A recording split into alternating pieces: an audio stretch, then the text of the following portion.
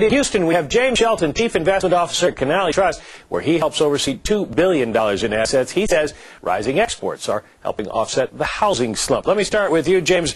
What a week. We had rising inflation. We had slowing growth, rising consumer spending. The Fed cuts rates not as much as people wanted. The Fed comes back with a big plan to pump liquidity into the economy. Tell me why, with all this going on, I want to just take my money, stuff it under the mattress, and crawl under there with it.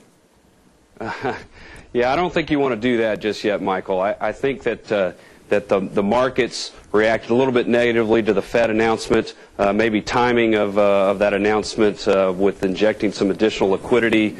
They may have wanted to do that a little bit differently in the future. But if you look at the economic news, it's just not consistent with all of the pessimism that is permeating the markets today. Yeah, but James, the inflation reports we had this past week were particularly bad. Is the Fed still in rate-cutting mode? I think the Fed is still in rate-cutting mode. The Fed's a little bit concerned about inflation. We had a huge increase in the price of gasoline, which is influencing those inflation figures here. But we do believe that inflation is going to continue to subside a little bit here. I think that's just a one-month scare. And the Fed was clearly sending the message that there's going to be further rate cuts if necessary. Well, what do you think? Is the financial credit crisis going to affect the economy going forward? That's another headline you hear an awful lot. James? There's no question that the credit crisis is going to continue to be affecting the markets and the economy, I think, in the months ahead.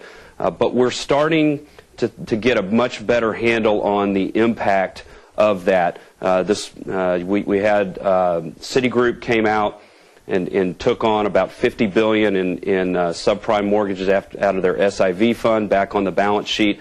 That is a good step in the right direction in the market trying to figure out what the ultimate impact is going to be. We're going to see some reacceleration of the economy. Do you agree that financials and consumer discretionary are a good way to profit from it? Michael, I have a tough time with financials and consumer discretionary at this point. Because I believe that we are facing some tougher economic times. I think we will avoid a recession. But what that means to us is that I think you have to focus in on high-quality growth stocks, those types of companies that don't need to tap the financial markets, generating a tremendous amount of cash flow and can continue to grow through this environment. So that leads us more to some of the industrials and technology names, as well as some healthcare names as well. You like international exposure? Absolutely. We continue to like international exposure. We're seeing strong growth overseas, and we just think that that's going to be set to continue, particularly when you look at some of the emerging markets and the demand that's being generated there. James, energy industry that we should get into for 2008? Exploration and production. Demand continues to be very strong. Prices are very strong. So we would say exploration and production companies. James Shelton of Kanaly Trust.